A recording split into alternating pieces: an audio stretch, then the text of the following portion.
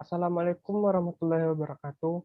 Perkenalkan, nama saya Reza Fadlur Rahman dan rekan saya Muhammad Zainal Umar. Kami dari kelompok 8 akan membacakan presentasi tentang pewarnaan. Materi pertama akan dibacakan oleh rekan saya Zainal. Kepada Zainal dipersilakan. Yang pertama yaitu pewarnaan.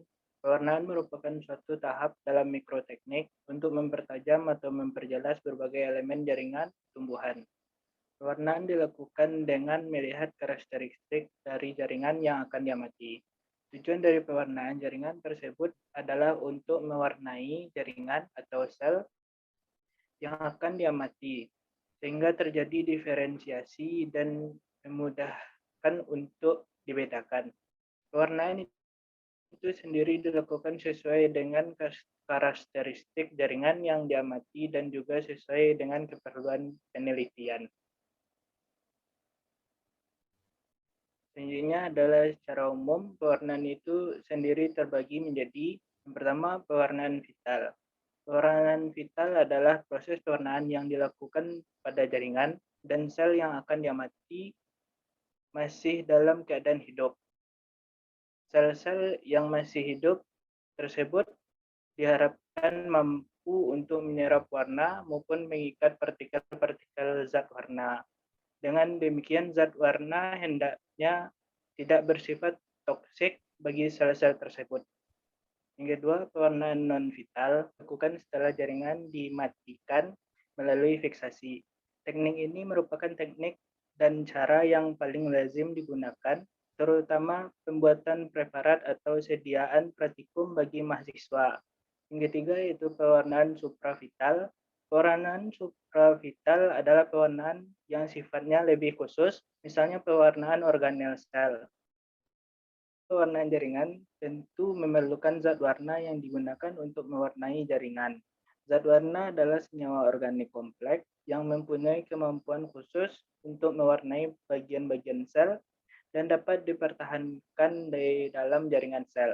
Zat warna diklasifikasikan berdasarkan sifat, asalnya, kemampuan mewarnai jaringan, dan pelarut yang digunakan.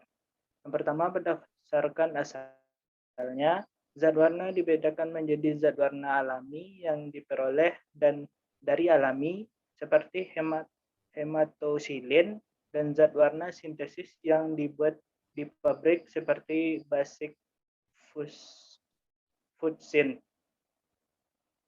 Yang kedua, berdasarkan sifatnya, zat warna asam berupa garam-garam dari asam pembawa warna, sedang radikal basa yang tidak berwarna. Sebagian besar zat warna adalah garam-garam dari kalium dan natrium. B. Zat warna merupakan sulfat. Zat warna berupa sulfat basa organik, garam dari basa, pembawa warna dengan radikal asam yang tidak berwarna. Sebagian besar zat warna basa adalah garam-garam, klorida, atau fosfat. Yang ketiga, menurut pelarutnya, zat warna aqueous, yaitu pelarut zat warna tersebut menggunakan aqueous. Zat warna spirituous, yaitu zat warna pelarut menggunakan etanol dengan persentase tertentu. Yang keempat, berdasarkan kemampuan mewarnai jaringan. Zat warna substantif yang mampu mewarnai jaringan secara langsung dengan baik, misalnya neutral red dan James green. Selanjutnya, zat warna adjektif yang mampu mewarnai jaringan dengan bantuan mordan, misalnya hematoksilin. Zat warna metakromatis, zat warna tunggal yang dapat memberi variasi warna pada jaringan yang berbeda. Zat warna polikromatis, beberapa zat warna bekerja sebagai satu unit dalam pewarnaan. Baik, selanjutnya yang akan saya bacakan sendiri yaitu cara pewarnaan. Yang pertama itu berdasarkan jumlah zat warna yang diberikan. Yang pertama, pewarnaan tunggal. Hanya menggunakan satu macam zat warna, misalnya gentian violet. Yang kedua itu pewarnaan ganda. yaitu pewarnaan yang menggunakan dua macam zat warna, misalnya hematoksilin eosin. Yang ketiga yaitu pewarnaan rangkap tiga, yaitu pewarnaan yang menggunakan tiga macam zat warna, misalnya formula Marlori triple stain. Yang keempat yaitu pewarnaan rangkap 4, yaitu pewarnaan yang menggunakan 4 macam zat warna. Namun pewarnaan ini sangat jarang digunakan.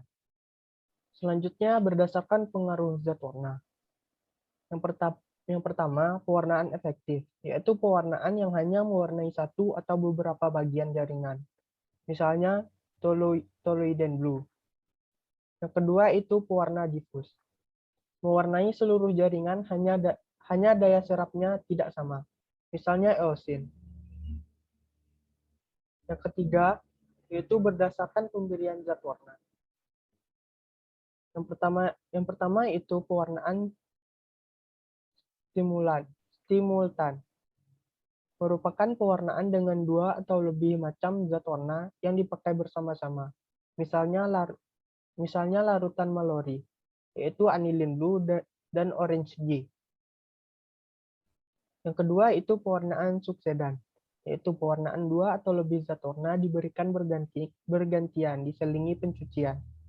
Misalnya safranin fast dan safranin fast green hematoksilin eosin. Yang keempat, berdasarkan tebal atau tipisnya zat warna yang diberikan. Yang A yaitu pewarnaan progresif, yaitu pewarnaan diberikan sangat tipis dan perlu waktu yang lama untuk memperoleh warna yang tepat. Yang B itu pewarnaan regresif, yaitu pewarnaan jaringan yang menyerap zat warna tebal untuk mendapatkan pewarnaan yang tepat. Perlu dilakukan penipisan sedikit demi sedikit atau diferensiasi. Selanjutnya itu beberapa pemilihan jenis zat warna didasarkan pada objek spesifik jaringan yang akan diamati, yaitu yang pertama dinding sel. Warna yang biasanya digunakan untuk mewarnai dinding sel adalah toluidine blue.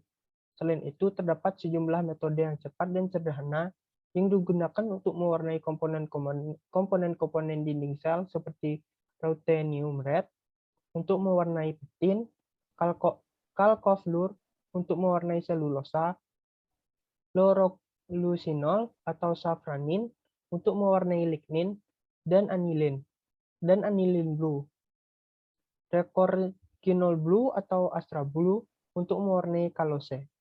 Safranin adalah zat warna yang mengandung basa kuat, memberikan warna merah pada preparat.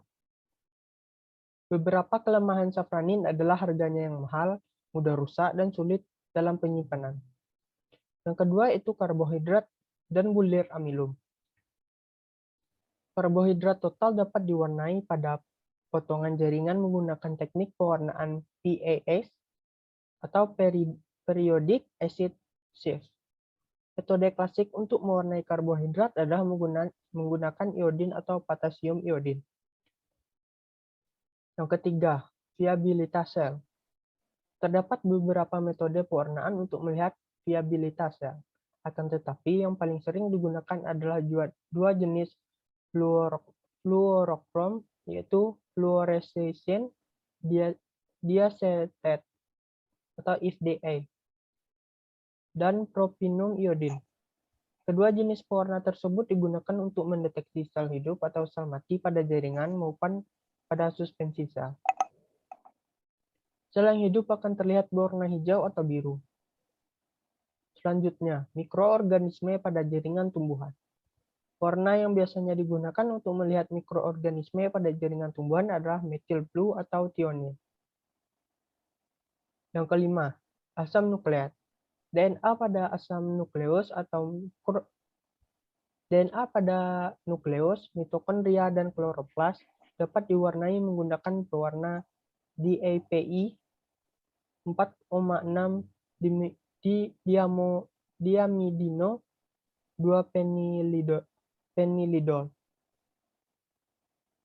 Yang keenam itu lipid. Warna yang digunakan untuk mewarnai lipid adalah sudan 4 dan sudan hitam. Selain itu, pewarnaan nil blue juga sering digunakan untuk mewarnai asam lemak seperti fosfolipid Pewarna tersebut bekerja dengan baik pada jaringan yang segar. Baik, hanya itu yang dapat kami sampaikan. Jika ada salah dan janggal, mohon dimaafkan. Assalamualaikum warahmatullahi wabarakatuh.